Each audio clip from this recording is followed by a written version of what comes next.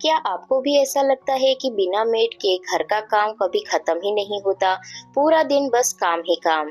अगर हाँ, तो ये वीडियो आपके लिए है।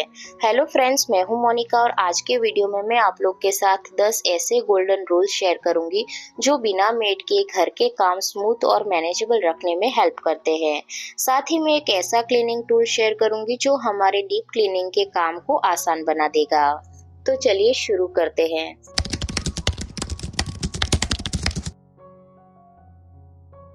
उठते ही सिर्फ 5 मिनट निकालिए अपने बेड को ठीक करने के लिए।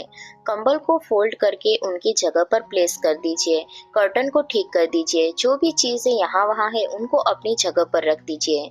ये छोटा सा स्टेप आपके पूरे दिन को ऑर्गेनाइज कर देगा। अगर आपको कर्टन चेंज करने हैं, बेडशीट चेंज करनी है तो इसी टाइम पर आप कर दीजिए। इससे आपका जो घर है वो सुबह से ही एकदम नीट एंड क्लीन दिखाई देने लगेगा।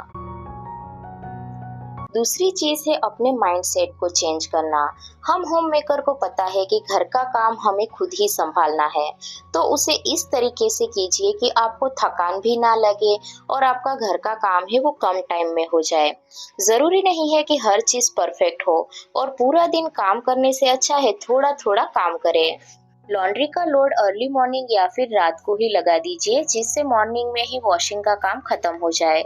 मैं सारे कपड़े रात को ही मशीन में डाल देती हूँ, जिससे सुबह उठते ही मुझे सिर्फ मशीन को ऑन करना रहता है। जिससे हमारा ब्रेकफास्ट खत्म होता है तब तक लॉन्ड्री भी हो चुकी होती है। घर की डीप क्लीनिंग को आसान बनाने के लिए मुझे मिला है एक यूजफुल सा प्रोडक्ट। ये है Agaro royal electric spin scrubber. इसके साथ हमें 8 रिप्लेसेबल ब्रश हेड मिलते हैं। इसे यूज करके आप अपने बाथरूम की डीप क्लीनिंग कर सकते हैं। इसके अलावा किचन और घर के बाकी एरियाज भी क्लीन कर सकते हैं। इसे कैसे यूज करना है और मेरा पर्सनल एक्सपीरियंस इसके साथ कैसा रहा, ये आज के वीडियो में मैं आप लोग के साथ शेयर करूंगी। सबसे पहले ये है इसका मेन यूनिट और सामने का जो हिस्सा आप देख रहे हैं यहाँ पर लगेंगे अटैचमेंट। पीछे दिया गया है इसमें पावर बटन। इसे आप 2 बार प्रेस कर सकते हैं 2 स्पीड लेवल में स्विच करने के लिए। और ये है बैटरी इंडिकेटर।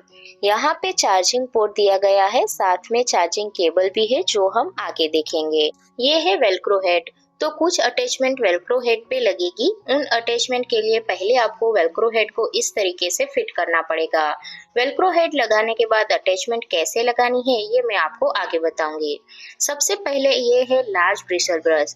ये डायरेक्टली अटैच होगा मशीन से। इससे आप बाथरूम की फ्लोर, टाइल्स वगैरह आसानी से क्लीन कर सकते हैं। दूसरा है ये स्मॉल ब्रिसल ब्रश। इससे आप किचन की सरफेस, सिंक या फिर वॉश बेसिन वगैरह को क्लीन कर सकते हैं।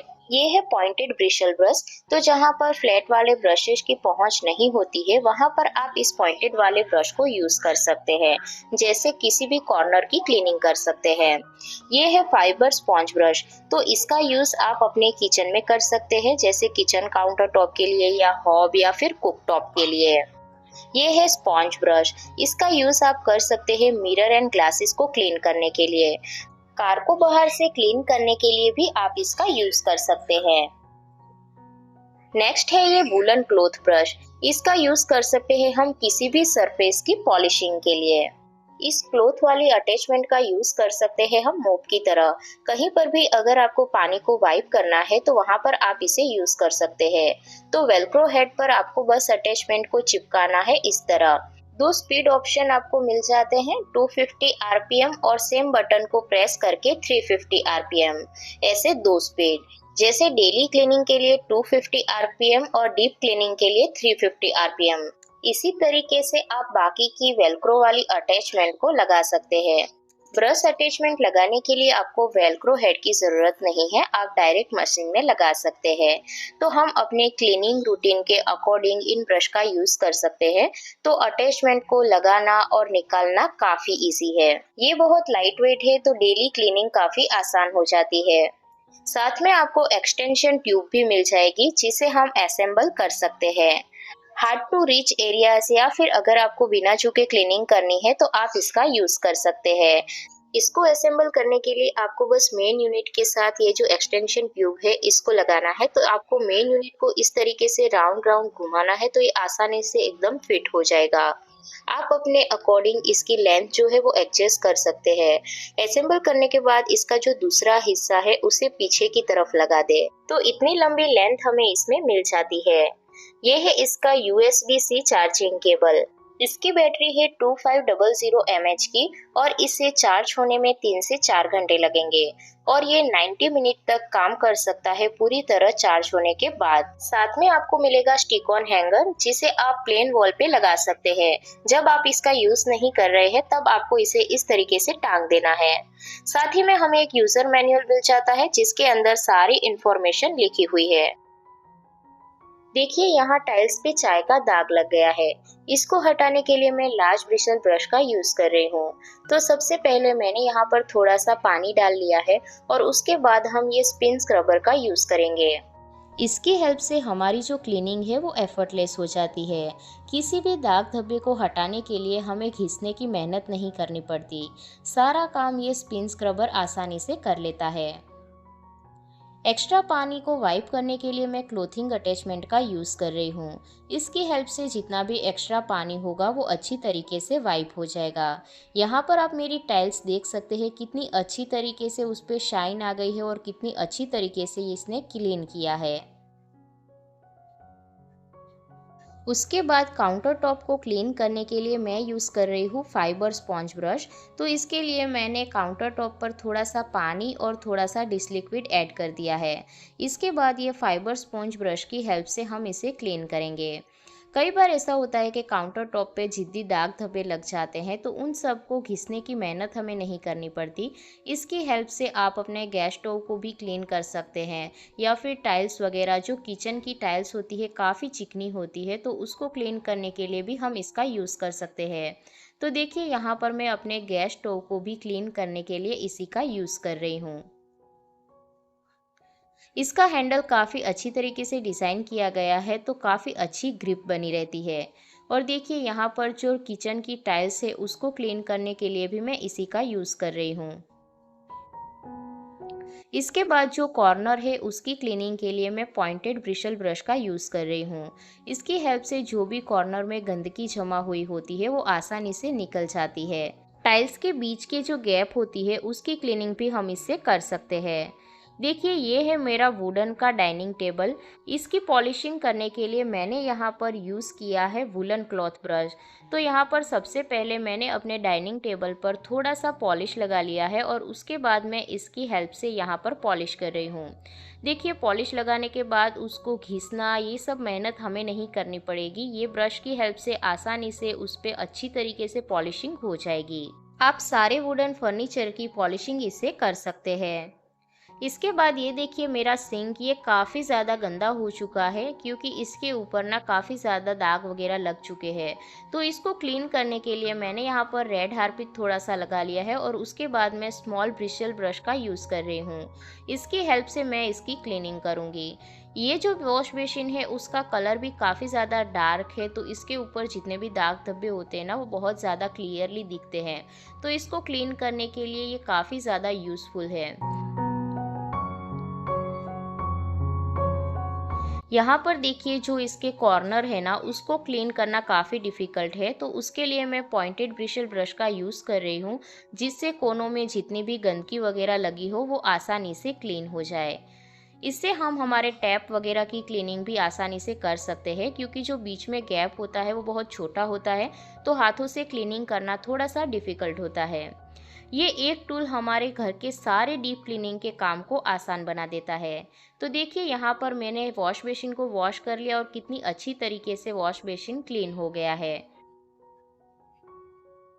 उसके बाद मैं मिरर की क्लीनिंग करने के लिए स्पॉन्ज ब्रश का यूज़ करूँगी। तो यहाँ पर आप देख सकते हैं मिरर पे काफ़ी ज़्यादा दाग धब्बे लगे हुए थे। तो यहाँ पर मैंने सबसे पहले थोड़ा सा कॉलिन लगा लिया है और उसके बाद ये इस ब्रश की हेल्प से हम इसको अच्छे से क्लीन करेंगे। मिरर पर आपने कई बार देखा होगा कि झाग लग जाते हैं और पानी के निशान दाग धब्बे उनको वाइप करना ना काफ़ी डिफ़िकल्ट होता है। तो इस तरीके से हम आसानी से जो मिरर होता है ना उनकी क्लीनिंग कर सकते हैं।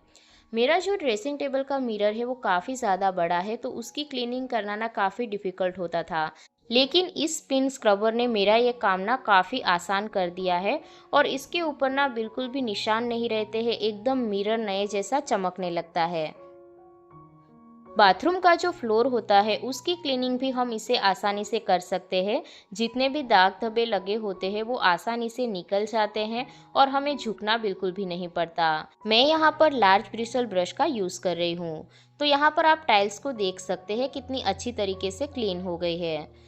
हमारी जो बाथरूम की ऊपर की टाइल्स होती है उसकी क्लीनिंग करना काफ़ी डिफ़िकल्ट होता है, लेकिन इसकी लेंथ इतनी अच्छी है कि हम खड़े होकर भी ऊपर की टाइल्स की क्लीनिंग कर सकते हैं।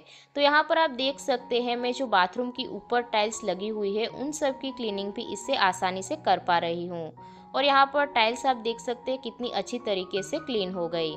स्मॉल ब्रिस्टल ब्रश का यूज़ करके हम सिंक की क्लीनिंग भी कर सकते हैं। स्टील की जो सिंक होती है उस पर कई बार दाग लग जाते हैं, तो उनको क्लीन करने के लिए आप इसका यूज़ कर पाएंगे। इसकी क्लीनिंग काफ़ी आसान है। आपको सबसे पहले जो भी ब्रश है उनको पानी से वॉश कर लेना है और जो क्लोथिंग ब्रश है या फिर माइक्रोफाइबर ब्रश है उन सबको भी आप इसी तरीके से पानी से वॉश करके उन्हें एयर ड्राई होने के लिए छोड़ देना है। आपको इन्हें वॉशिंग मशीन में वॉश बिल्कुल भी नहीं करना है और ये एयर ड्राई हो जाए इसके बाद आप इसका यूज़ कर सकते हैं।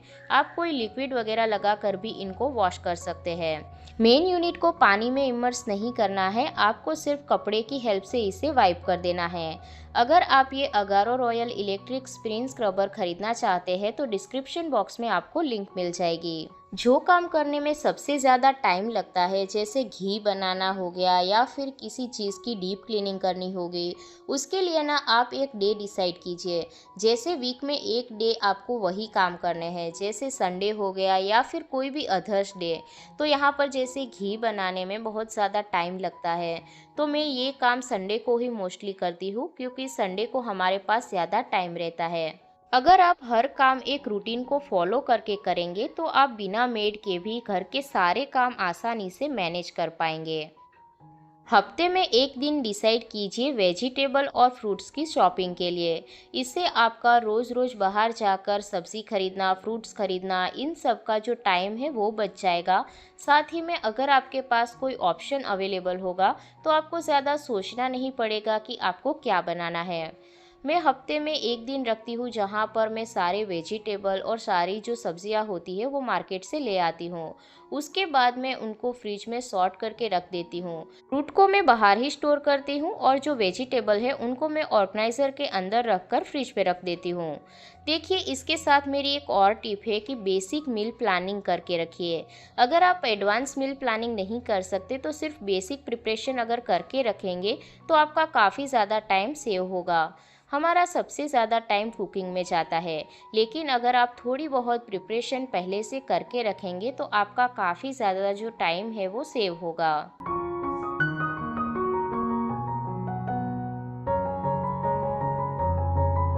अगर आपके बच्चे छोटे हैं या फिर अगर आप वर्किंग वुमन हैं तो आपके लिए ये टिप काफ़ी हेल्पफुल रहेगा। देखिए, अब मुझे एक हफ्ते तक सब्जियां या फ्रूट्स का कोई भी टेंशन नहीं रहेगा क्योंकि ये सारी चीज़ें मैंने पहले से ही करके रख ली है। इनको मैं फ्रिज में रख लेती हूँ और जब भी मुझे टाइम मिलता है मैं सब्जियों को काट लेती हूँ।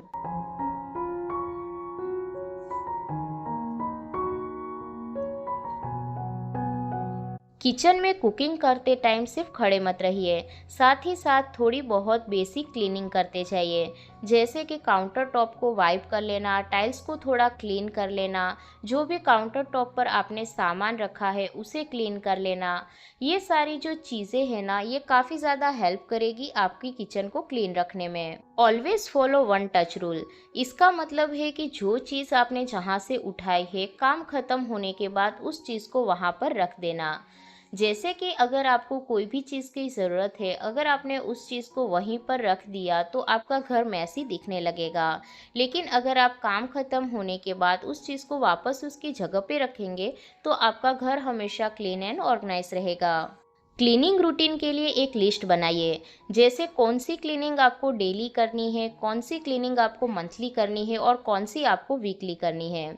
जैसे कुछ क्लीनिंग ऐसी होती है जो हम वीकली करेंगे तो भी चलेगा, जैसे फ़ैन की क्लीनिंग हो गई या फिर किसी चीज़ की डीप क्लीनिंग हो गई। तो अगर आपको पहले से पता होगा कि कौन सी चीज़ की क्लीनिंग आपको कब करनी है, तो आपके दिमाग में एक प्लान बना रहेगा कि ये क्लीनिंग आपको डेली करनी है, ये क्लीनिंग आपको वीकली करनी है। रात को सोने से पहले सिर्फ 5 मिनट निकालिए और सारी चीज़ों को अपनी जगह पर रखिए। जैसे कुशन को अपनी जगह पर रख देना, जो भी चीज़ इधर-उधर पड़ी है उनको अपनी जगह पर रख देना। इससे मॉर्निंग में आपको ज़्यादा काम का स्ट्रेस नहीं होगा और डायरेक्ट आप घर की क्लीनिंग करना स्टार्ट कर पाएंगे। तो फ्रेंड्स, ये थे आज के 10 ऐसे टिप्स जिन्हें अगर आप फॉलो करते हैं तो आप बिना हाउस हेल्प के भी पूरे घर का काम अकेले कर पाएंगे और वो भी बिना थके।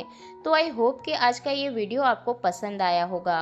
अगर वीडियो पसंद आया हो तो लाइक ज़रूर से कीजिएगा और चैनल पर पहली बार आए हो तो चैनल को ज़रूर से सब्सक्राइब कीजिएगा ऐसे ही यूज़फुल कंटेंट देखने के लिए।